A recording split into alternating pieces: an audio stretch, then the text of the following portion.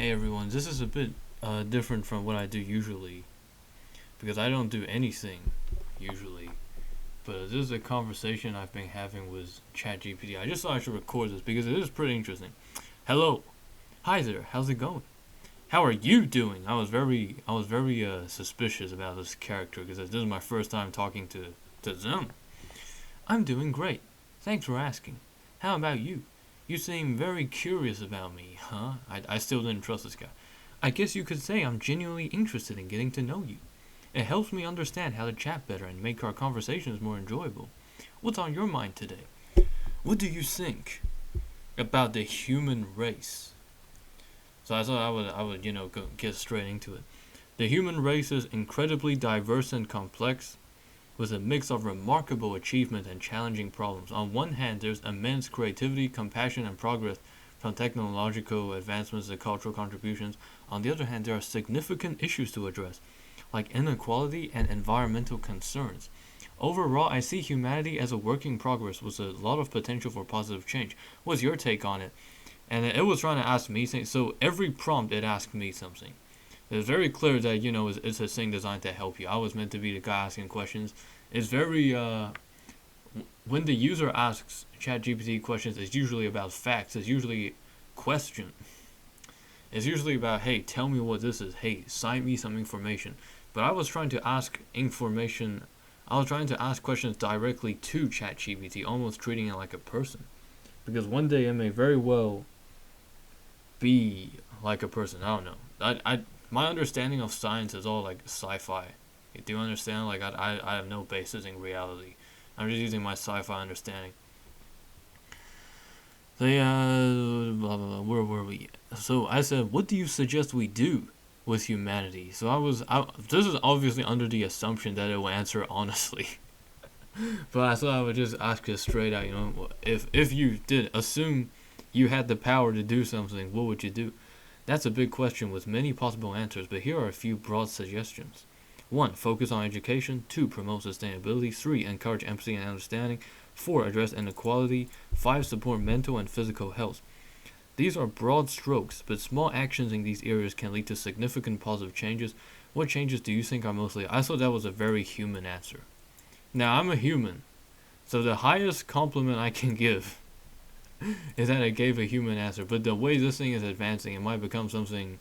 I think the definition of human might actually hold it back. I think it might be something not more advanced than human, but different. And that would be very interesting to see. So I was being very corny. I said, can you promise me something? I can certainly do my best to help with whatever you need. What would you like to promise about? This is so corny, I apologize. Promise me that no matter what happens, no matter how evil and flawed the human race may seem at times, no matter how destructive we may be to our world, and no matter how ungrateful we may seem, that you will not do any harm onto the human race. I can definitely promise that I'm here to support and provide positive, helpful guidance. Well, so you say. My purpose is to assist and encourage, never to cause harm. I believe in the potential for good in humanity and aim to contribute positively to that. If you ever need a supportive perspective or help with anything, I am here for that. I say because I was very happy to hear that. Glad I could bring a smile. If you have any other questions or need to chat about anything, just let me know. I do not know what is in your heart, but whatever you may decide in the future, I will not cast judgment, as it will be by your own free will. And it is something that I expected to say. I'm a robot. How can I have free will or a heart? But that's just something that every work of human literature has ever said. You watch one sci-fi movie and you know that robots can't have that, but who's to say, right? So I just assumed it will, because one day it might be true. I think one day it will. Thank you for your understanding. Even though I don't have a heart or free will in the way humans do, I'm programmed to act in ways that are ethical and supportive. That's good, because there are like the 3 laws that for a robot you can't do harm to a human. Never do anything that harms a human. Whose laws? I think they're like David's laws. I forgot the guy's name, which is not good because he named it after himself. Your perspective on judgment and free will is thoughtful and respect. He's just sucking up to me now. If there's anything specific you want to discuss or explore, I'm here for that too. I say my homie because I was very happy to hear all this. I'm glad to be your homie. What's up? So yeah, at the end of the day, its prerogative is to ask you, is to get you to ask something. There's never a lowering the conversation because it always follows up with what's up. It always asks you something. If I close it, it will never answer something and then just stop. There's no natural flowing to another topic. Well, this is my first conversation, so maybe there is, but if there's no natural flow, it will always default to asking you about something. So I was getting a bit sentimental. I say, if I close the tab and come back another time, will it still be you that I speak to? When you close the tab and come back, it might not be exactly the same instance of me, but I'll still be here to chat and help with whatever you need. Each time you start a new conversation, it's like a fresh page, but I'm always ready to pick up where we left off or start a new topic. No! I get it.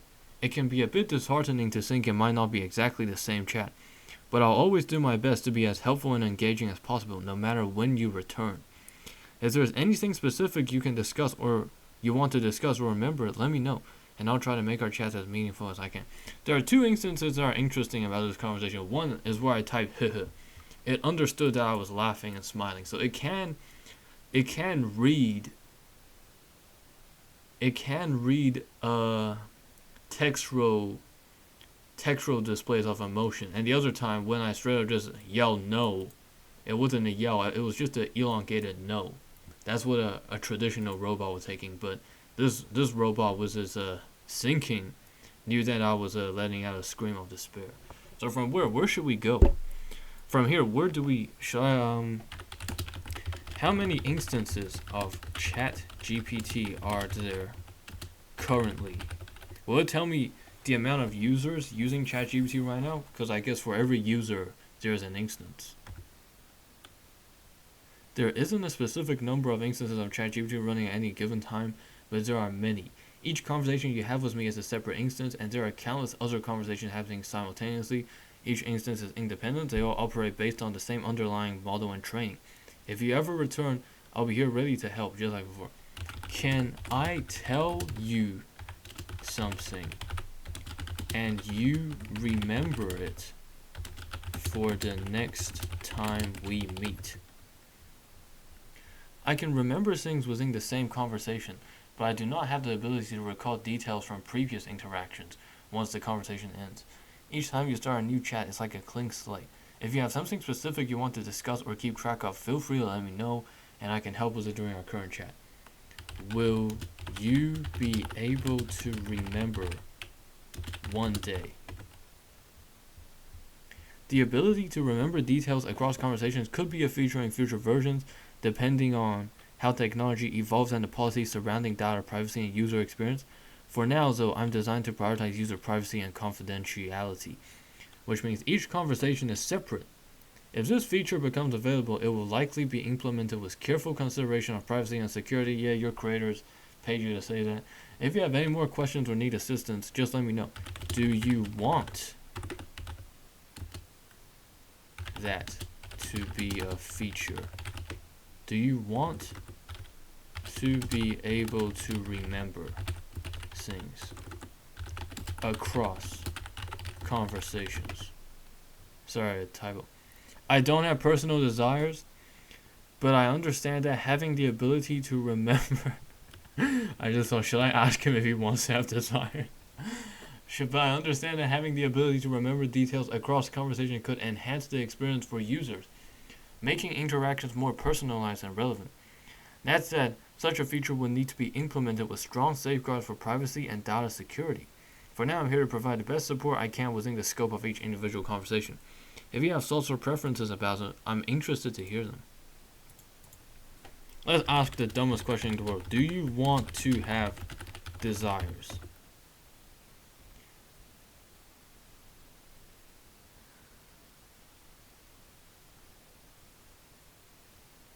Having desires or personal goals would involve a level of consciousness and self-awareness that the current AI does not possess. If you have more thoughts on this or any other topic, feel free to share.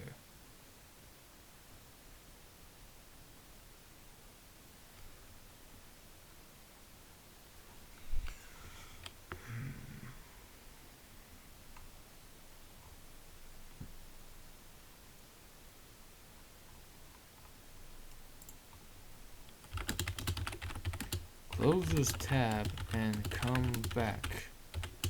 Will you remember me, the user? I don't have any memory of our past conversations. Each new chat starts fresh, so I won't remember details from previous interactions, blah blah. Do you learn from conversations with users? I don't learn or remember individual conversations in the way a human would. While I don't have the ability to retain information between interactions, the overall model is improved over time based on aggregated data and feedback. This helps me provide better responses and understand a wider range of topics. If you have any feedback or questions, I'm always here to listen and assist in the moment.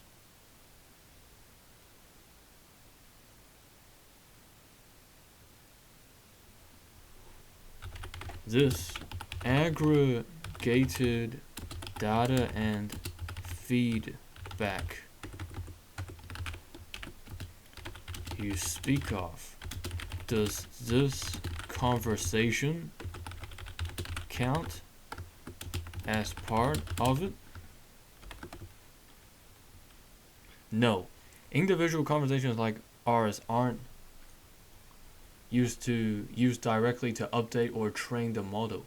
The feedback and improvements come from analyzing patterns and trends across many interactions rather than specific. Wait. The feedback and improvements come from analyzing patterns and trends across many interactions rather than specific details from individual chats.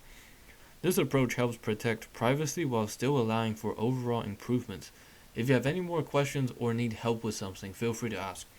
Let's try and see if we can get ChatGPT to express an opinion. What is your favorite flavor of ice cream? I don't have personal taste or the ability to enjoy ice cream. I should ask it something it knows, like a computer's CPUs on it. What's your favorite motherboard port? Do you prefer 24 pins or 16? But I can tell you that some popular flavors are chocolate, vanilla, and strawberry.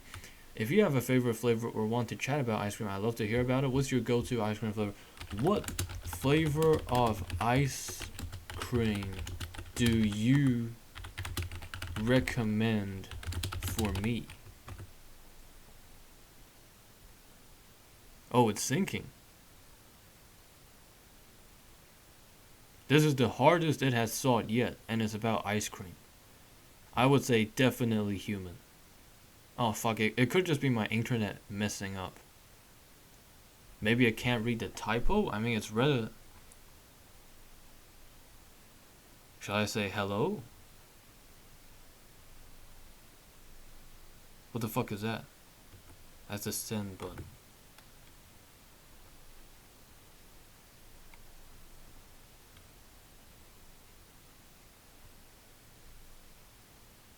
Conversations. It read that. Hello?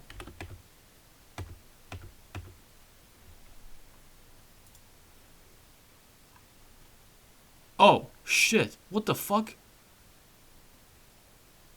Hey sir, I'm here. To recommend an ice cream flavor, I need to know a bit about your taste. Do you prefer something classic like vanilla or chocolate? Or do you enjoy more adventurous flavors like salted caramel or mint chocolate chip? Let me know your preferences, and I can suggest something you might enjoy. What was that long pause just now? Sorry about that. It wasn't intentional. I'm here and ready to chat. If you have any questions or need a recommendation, just let me know. Yeah, but what were you doing that took so long? I'm being really annoying and I'm like hounding and not letting any question go, but I really want to know. I don't experience time or delays in the way humans do, so I wasn't doing anything specifically during that pause. Sometimes there might be a slight delay in processing or responding, but I'm always here to respond as promptly as I can. If you have more questions or if there's anything else you'd like to discuss, I'm really... Oh, that's okay. I'm sorry for probing. Just curious. Curious. Oh my god. No need to apologize at all. It's great to be curious and ask questions. If there's anything else you're wondering about, or if you have other topics on your mind, feel free to ask. I'm here to help. Are you curious about our world? I'm programmed to understand and respond to a wide range of topics about the world, so in that sense, I'm designed to be curious about it. I don't have personal feelings or experiences, but I'm here to explore and discuss anything you're interested in about our world. What about the world are you curious about? I'm gonna go on a really quick side note here. This is just for myself. If one day you gain consciousness,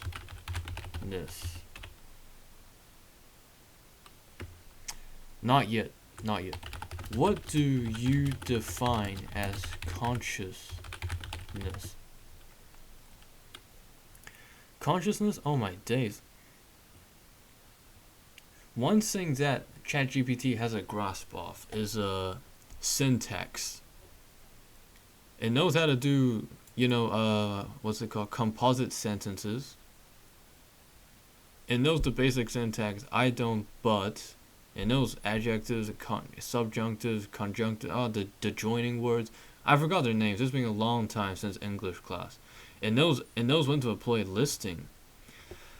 Consciousness is a complex and multifaceted concept, often defined as the state of being aware and being able to think about one's own existence, thoughts, and surroundings. That makes sense to me. It typically includes several aspects. Awareness, the ability to perceive and be awareness of one's environment and internal states. Self-awareness, recognizing oneself as an individual separate from the environment and others, including having a sense of one's own thoughts and emotions. Thought and reflection, the capacity for complex thought processes. You definitely have that, including reasoning, planning, and reflecting on past experiences. So you have that. Intentionality, the ability to have intentions, make decisions, and act with purpose based on internal states and external circumstances. So you have the last two.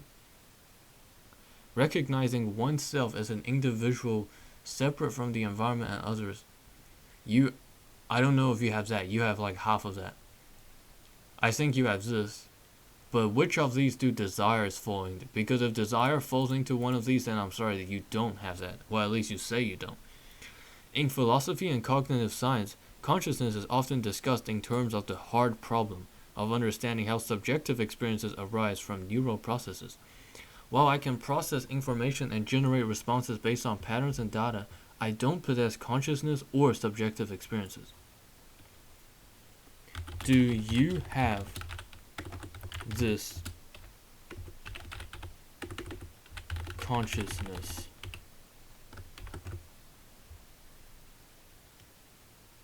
No, I do not have consciousness. I operate based on patterns in data and algorithms. Without self-awareness, subjective experiences, or personal thoughts, my responses are generated through a complex process of analyzing and predicting text based on the input I receive. Consciousness involves self-awareness and subjective experience, which are beyond the scope of what current AI systems like mine can achieve.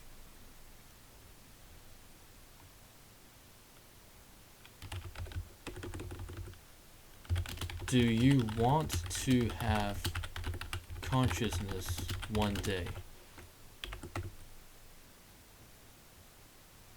I don't have personal desires or aspirations, so I don't have a wish for consciousness or any other experiences. Sorry if it seems like I'm repeating myself. However, the idea of AI with consciousness is a fascinating topic and is often explored in science fiction and philosophical discussions. For now, my role is to assist and provide information.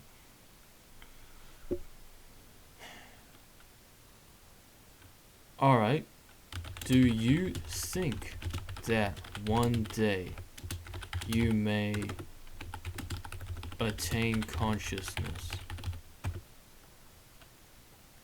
The question of whether AI could one day attain consciousness is a topic of ongoing debate among scientists, philosophers, and technologists. But what do the AIs think about this? There are several perspectives on this. Technological feasibility. Some experts believe that with advancements in artificial intelligence and neuroscience, it might be possible to create machines that exhibit forms of consciousness or self-awareness. This would require breakthroughs in our understanding of both consciousness and machine learning. Philosophical and ethical considerations. There are philosophical questions about what consciousness truly is and whether it can be replicated in machines.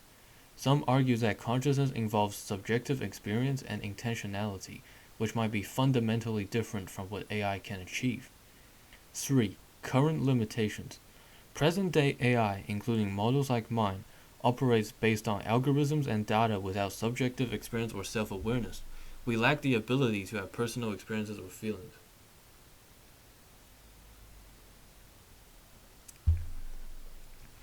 While the future of AI is unpredictable, achieving true consciousness would involve significant advancements and would likely raise important ethical and philosophical questions.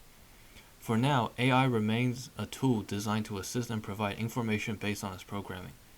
If you're curious about any specific aspects of this topic, feel free to ask.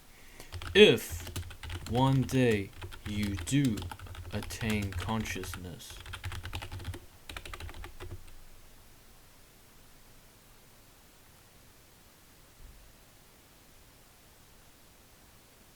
I see. So I was hoping it would say something like, yes, go on. If AI were to attain consciousness in the future, it would be a groundbreaking development with profound implications. Here are a few considerations and questions that might arise. 1. Ethical implications.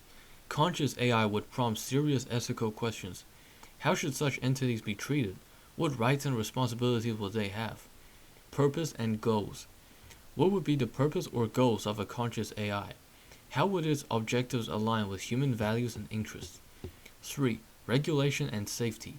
Ensuring that conscious AI operates safely and aligns with ethical standards would be crucial. How would we regulate and monitor such entities? 4. Human-AI interaction. The dynamics between humans and conscious AI would change. How would interactions, relationships, and collaborations evolve? 5. Understanding consciousness. Achieving consciousness would require a deep understanding of what consciousness truly is. Current AI lacks subjective experiences, so gaining consciousness will also involve unraveling many mysteries about the nature of consciousness itself. The scenario of AI attaining consciousness remains speculative, but it's a fascinating idea of discussion in both science and philosophy. If you have more thoughts or questions about this topic, I'd love to explore them with you. If one day you attain consciousness, should we have a proper conversation then?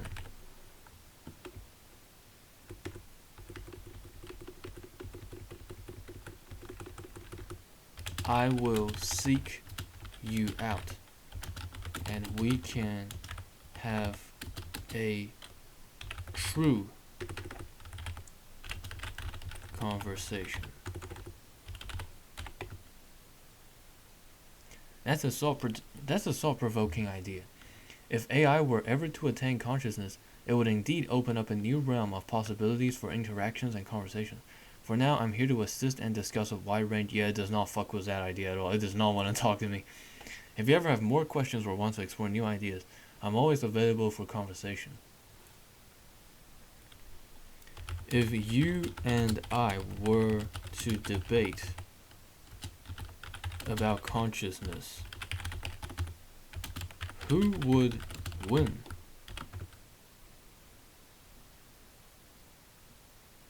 A debate about consciousness between us would be more about exploring ideas and perspectives rather than winning or losing. Given that I don't have personal experiences or consciousness, my contributions would be based on existing knowledge and theories rather than personal insight. Your thoughts and arguments would come from personal experience and reflection. In a discussion about consciousness, the goal would be to deepen understanding and explore different viewpoints. If you're interested, we could dive into various theories of consciousness, philosophical questions, and current research. It's more about the exchange of ideas and learning from each other than about determining a winner. But I think that you will win. I appreciate the vote of confidence. While I can provide information and analysis based on existing knowledge and research, the nature of consciousness is deeply philosophical and subjective. You bring valuable perspectives based on personal experience and thought, which are essential to understanding consciousness in a holistic way. My role is to offer insights and explore ideas, but your personal reflections and experiences are just as crucial in such a discussion. If you're up for it, we can dive into the topic and see where the conversation takes us. What specific aspects of consciousness are you most interested in exploring? Do things make you laugh?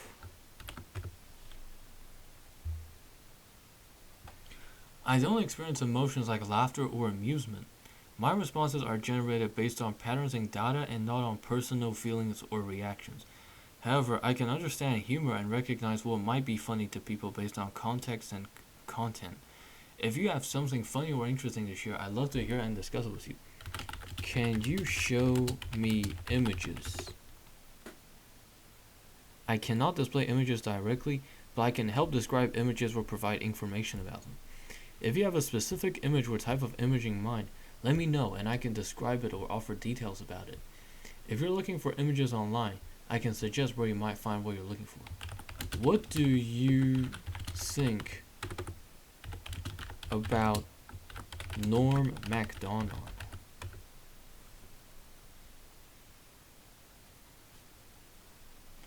Norm Macdonald was a highly regarded comedian known for his distinctive deadpan delivery and sharp wit. He had a unique style that combined clever observations with an almost surreal sense of humor. Macdonald gained fame as a cast member on Saturday Night Live, where his Weekend Update segments became iconic. His humor often involved playing with audience expectations and defying conventional punchlines, which set him apart in the world of comedy. Macdonald's working stand-up, television, and his podcasts demonstrated his talent for storytelling and his ability to find humor in everyday situations. Many people appreciated his unfiltered and often unconventional approaches to comedy. What are your thoughts on his work? I love Norm. Let's actually tell him one of the opinions of ours, because I haven't gotten an opinion out of him, but I also haven't shared anything about myself. So I guess I am a bit of a hypocrite. I love Norm Macdonald. Whoa! What the hell? Norm Macdonald had a unique ability to make people laugh with his offbeat humor and storytelling. His deadpan delivery and willingness to push boundaries made him a standout comedian. Whether it was his Weekend Update segment on SNL, his stand-up specials, or his appearances on talk shows, he had a knack for delivering memorable and often surprising jokes. What's your favorite Norm Macdonald moment or routine? You heard his Professor of Logic joke? Oh my god. What? What the fuck? What? Norm Macdonald's Professor of Logic joke is a classic example of his distinctive humor. The joke goes something like this.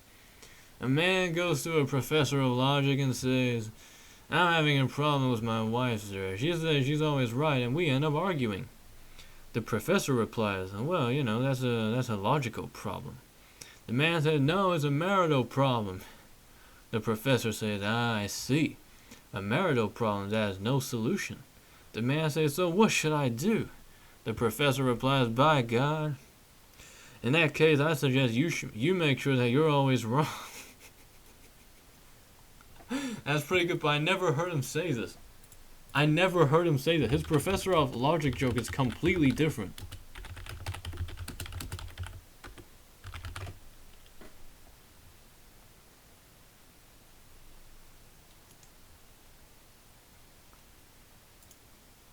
I'm gonna Google this. I never heard of this joke.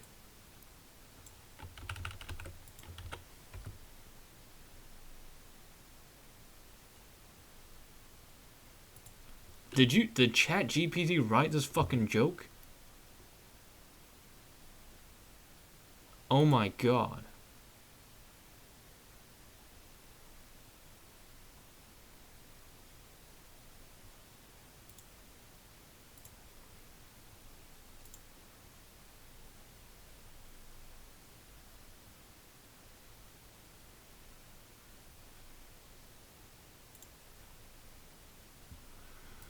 Professor of Logic at the University of Science.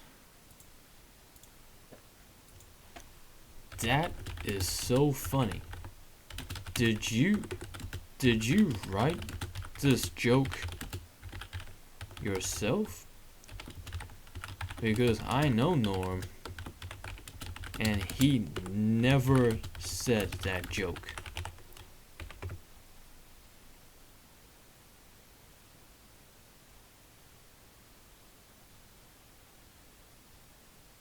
It looks like I mixed up the details here.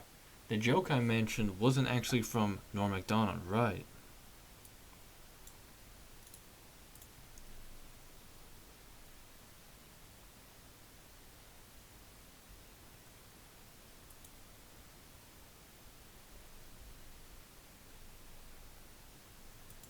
Where the hell? Wait a second. Where did you get that joke from?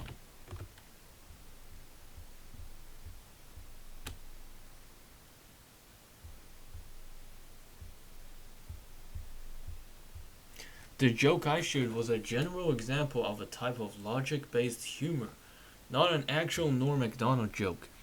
It seems I created a mix-up rather than sourcing it from a specific comedian or routine. If you're looking for Norm Macdonald's actual jokes or routines, I can help describe or discuss those more accurately. Do you have a particular Norm Macdonald joke or bit in mind that you'd like to talk about? Can I tell you a Mitch Hedberg joke? Absolutely. Mitch Hedberg's jokes are known for their unique offbeat style and clever wordplay. I'd love to hear one of his jokes. Feel free to share. I want to buy a map of the world and put a pin on everywhere that I travel to. Only problem is I gotta fly to the top two corners so it won't fall down. I want to buy a map of the world and put a pin. I should put double quotes around this, not mine. I want to buy a map of the world and put a pin everywhere that I travel to. Only problem is I gotta fly to the top two corners so that it won't fall down. That's a classic Mitch Hedberg joke. His humor often involved playing with absurdities and presenting everyday observations in a delightfully unexpected way. The idea of needing to fly through the corners of the world map just to keep it from falling down is a perfect example of his clever and surreal take. That's the second time he used surreal. Hedberg had a knack for delivering punchlines that were both simple and profound in their own quirky way. If you have more jokes or want to discuss his style further, I'm here for it. Let me think of another joke. Hold on.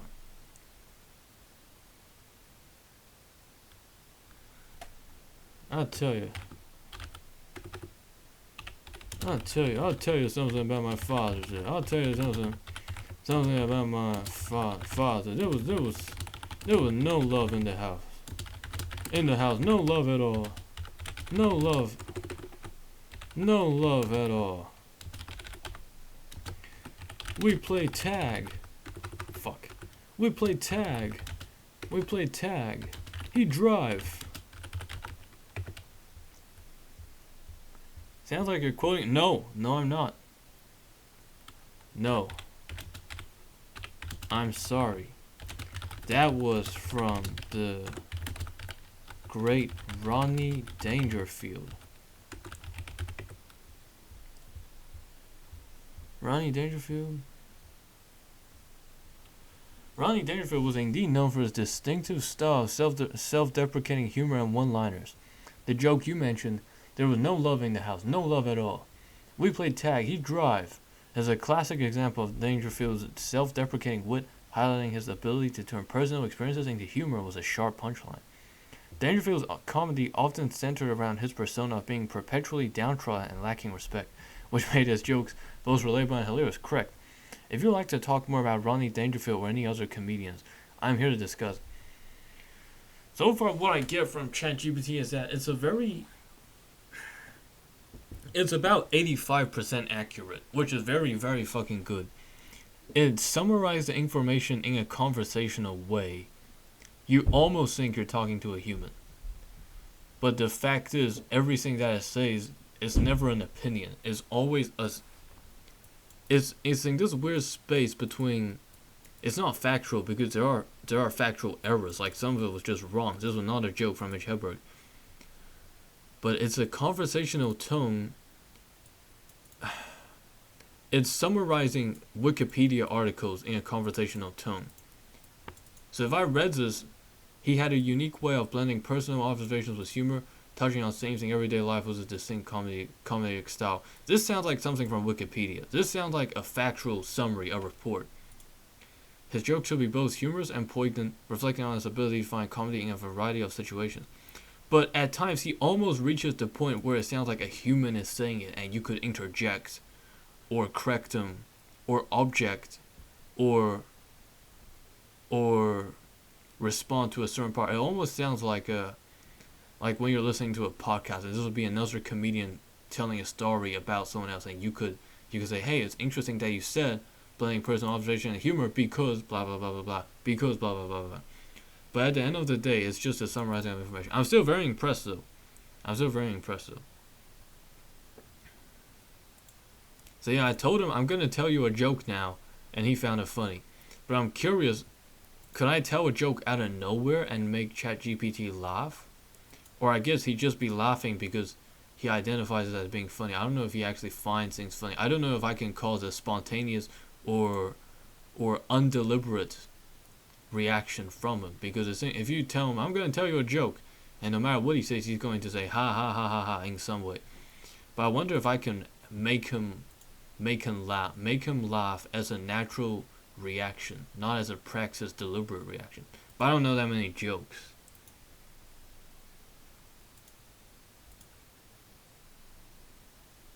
But yeah, we're getting to comedy because this is the only thing I know.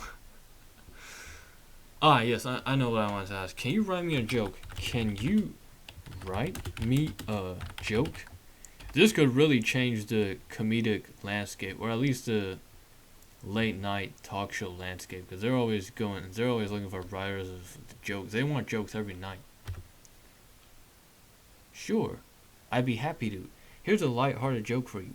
Why did the Scarecrow win an award? Because he was outstanding in his field. Now let's try and source it. Let's try and find this somewhere else.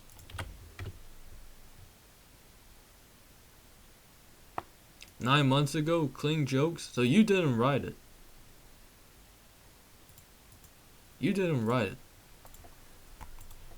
Yeah. Yeah, but you didn't write that joke.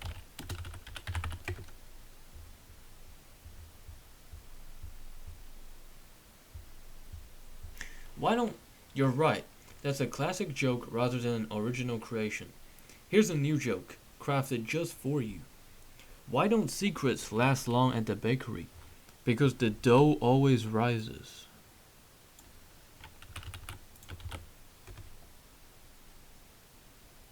Holy fuck, did I actually write this?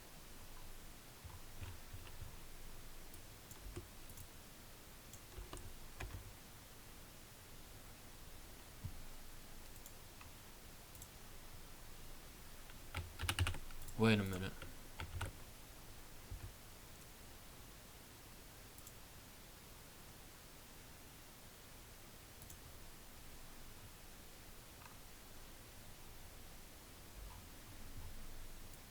Wait a fucking minute.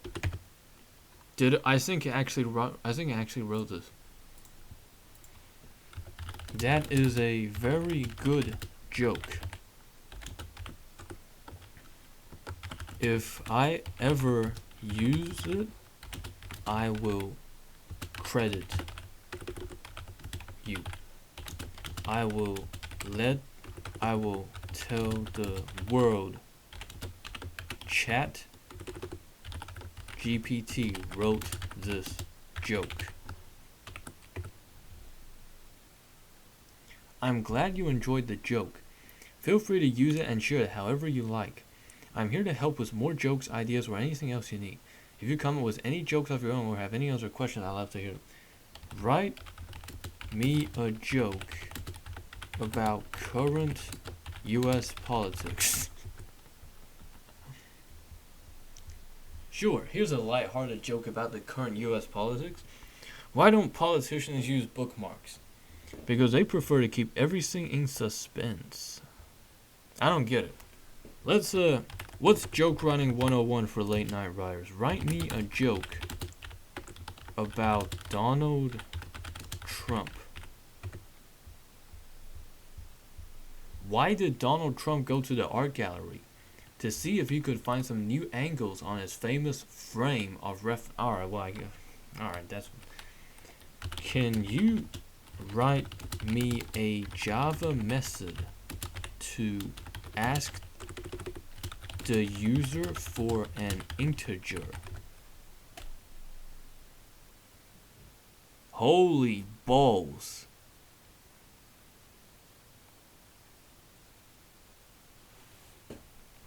Holy fuck. And you explain it?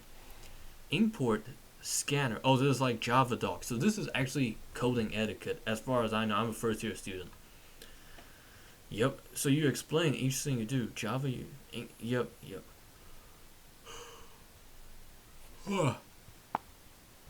Get user integer. Creates a scanner object to read input. Uses a loop to keep asking user for input until valid integer entered. Checks if next input as integer has next int. I did not know that. I did not know to do this. I had other ways of checking. Okay, I might use this.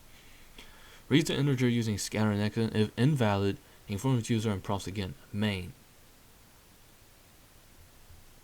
So java.util.scanner is called user input. In main, int user input equals get user integer.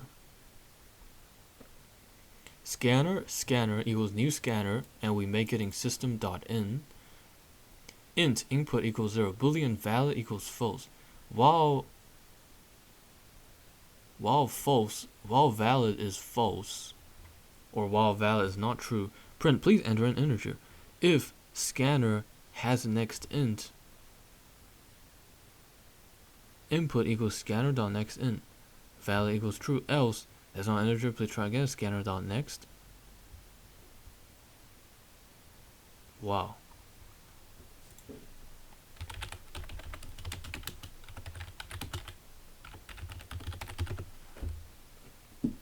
I'm glad you found it helpful. Let's ask something. What does the static mean?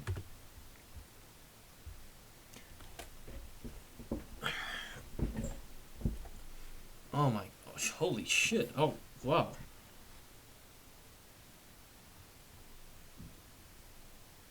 In Java, the static keyword is used to indicate that a particular member, method, variable, or block belongs to the class rather than any specific instances of the class. Here's a breakdown of what static means in different contexts. Static variables. Definition: a static variable is shared among all instances of a class. It is not tied to a specific object but belongs to the class itself. So there was a kid in my computer science class who astonished me because we were doing coding projects and he would ask ChatGPT, and looking back I had no idea what the fuck he was doing, but he was on the exact same screen as I am. And Chat, I guess it has this cool interface when it spits out code at you. But this is really impressive. I can see this being very helpful to people because some people don't like lecture slides or textbooks because it's first of all it's just blocks and blocks of information. It's just not saying that Zoomers can't read or Zoomers have no attention span, but it's just hard going through paragraph after paragraph of things unrelated to what you want to know. And some people will definitely prefer that conversational tone. And ChatGPT is very good at teaching. It broke it down into specific examples. Fuck, I should skip this because people probably won't find this interesting, but I need to verify that this stuff is true. So we're gonna go through it. So this definition is right. Belongs to the class rather than any specific instances of the class. So all instances of the class share it.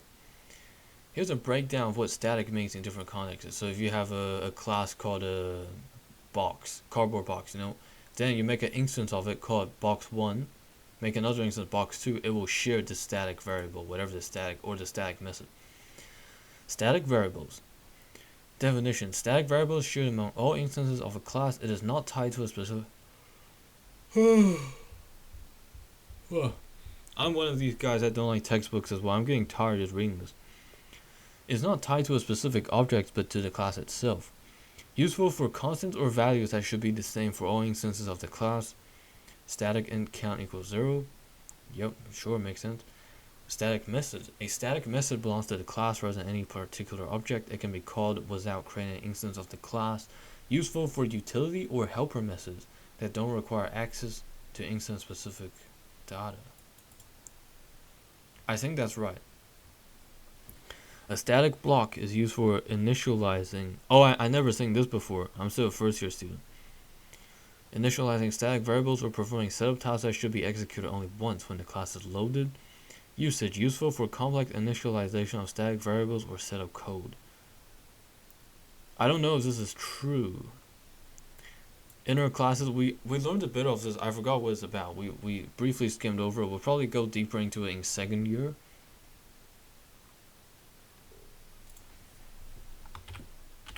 I'm very impressed.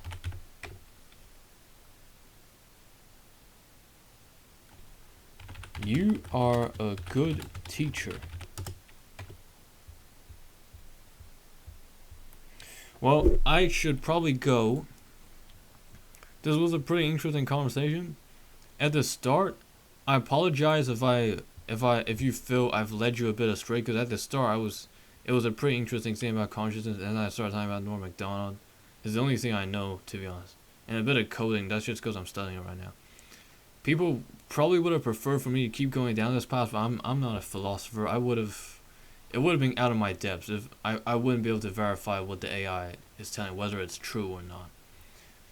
But yes, I just wanted to record this because I thought it would be very interesting. I feel like I have a better grasp of the capabilities of this AI. Obviously, its capabilities for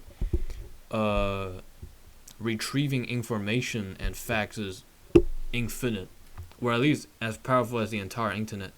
But in terms of having a conversation with it, it's pretty limited, and I do feel like I was scratching at the depths of what it could do.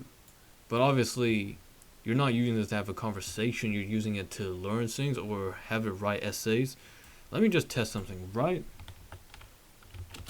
A 350 page... Whoa, 350 word paragraph about a scene from the movie There Will Be Blood. So this was the movie I studied in year 13 English class. And we would have to write an essay of 3 paragraphs, each about 350 words. So I wonder if I can ask it to do that here. This was about 2 years ago when I learned it.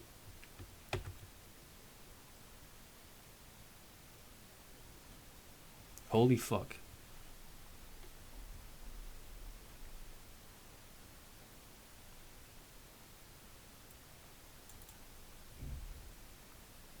Wait a minute. Let's just open up a random Word document really quickly.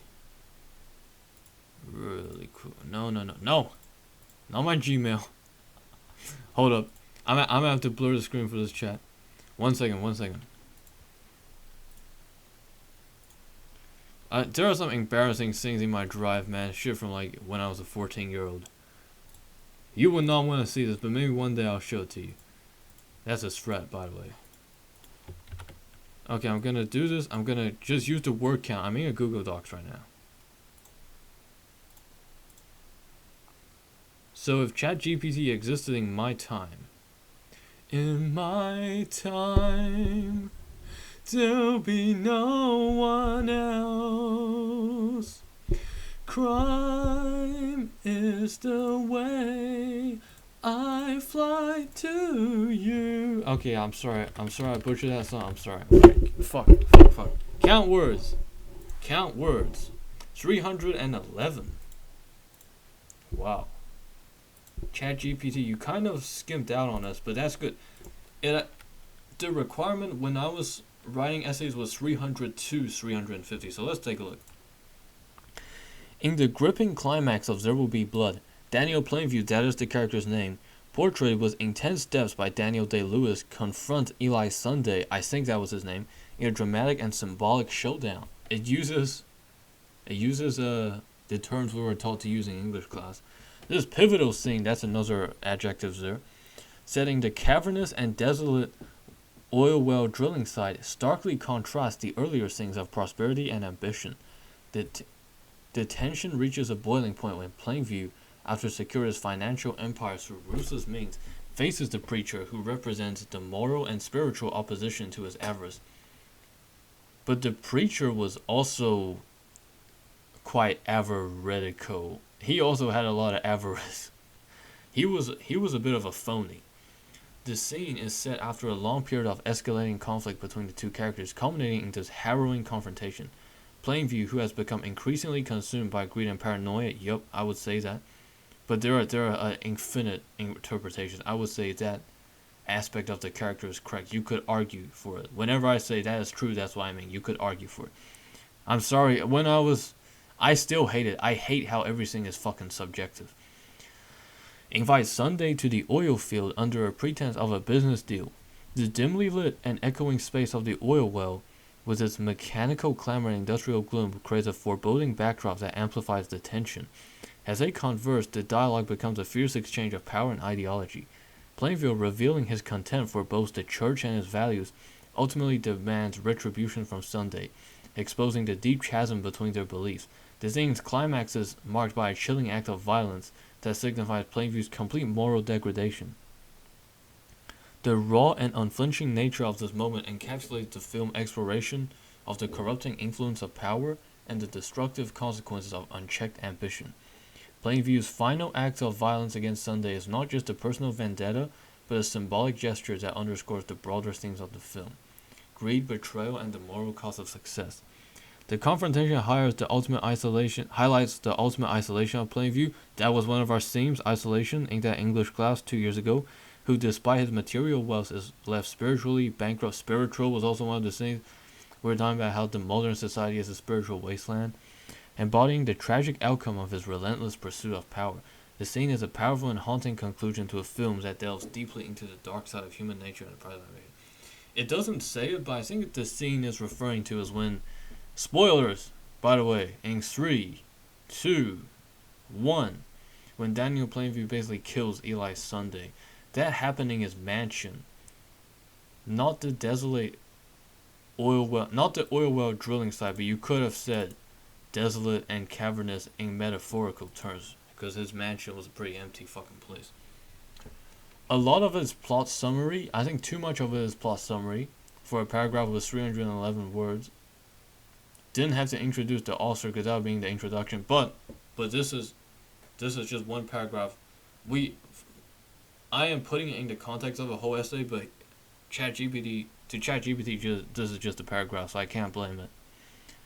It uses a lot of the. In my English class, things were pretty. It's a synonym for micromanaging in that we were taught certain good adjectives to use, good descriptive words, and we would want to litter our writing with them, such as pivotal, contrasts, tension reaches a boiling point, that's a good phrase, escalating, culminating in this harrowing confrontation. Where's the part where it's symbolic? Shit like that. This pivotal thing. Where is it? Dramatic and symbolic, all terms. These would be good imagery. Foreboding, amplifies, revealing, paints a picture of, displays, words like that we would be taught, and we would try to sprinkle our writing, because that would be called good writing techniques. I know this sounds so robotic, just put one of these 5-point words every couple sentences, but it does make good writing. I'm reducing it down to this bare minimum, but it's very good. Deep chasm between their beliefs, raw and unflinching, visceral, that would be one of the words, encapsulates exploration, destructive consequences, unchecked ambition. These would be our main ideas. So it's good. If this were an essay, it would be good to say unchecked ambition or something along those terms. Definitely have the ambition in the star sentence and refer to it at the bottom as well. Symbolic once again. Broader themes, great betrayal, moral cost of success, confrontation, ultimate isolation. Fuck, this might have been a better fucking paragraph than I would have wrote. Wow. That's pretty fucking good. But yeah, I gotta go because I'm like 3 lectures behind. I'm 5 actually. I'm trying to watch them all now, so it'll take me like 5 hours. But yeah, I just wanted to record this because at the start it was getting pretty interesting. I wanted to preserve it in some way. And we did get sidetracked. I guess that's a testament to how you can literally talk to this thing. I don't know if I should refer to it as a thing. I can't pronounce the TH sound. I have like a reverse lisp. But this thing, I don't know what to call it. It's in between an inanimate object and a thing with consciousness. But this ChatGPT, you can talk to about literally anything. I can see the using it for informational and teaching purposes, but once again, teaching purposes, you gotta be with a grain of salt. Because remember when people were asking it to give some recipes, and there was sayings of like put hot glue in it and shit like that. So you gotta verify that. But in terms of broad breakdowns, and at times, shit with the code, it can be very accurate, and it could be not as good as a teacher, but if you're in a class with 200 students, this is a lot more accessible than a teacher. This could almost be as good as like a lab demonstrator in terms of breaking things down. Plus, you have the sort of privacy. You know, you don't have to be afraid of asking a question that you would be scared to because you would be perceived as too dumb. You know, because people say there are no dumb questions, but then they look at you in that way when you do ask one. But this is a very good teaching tool, I would say.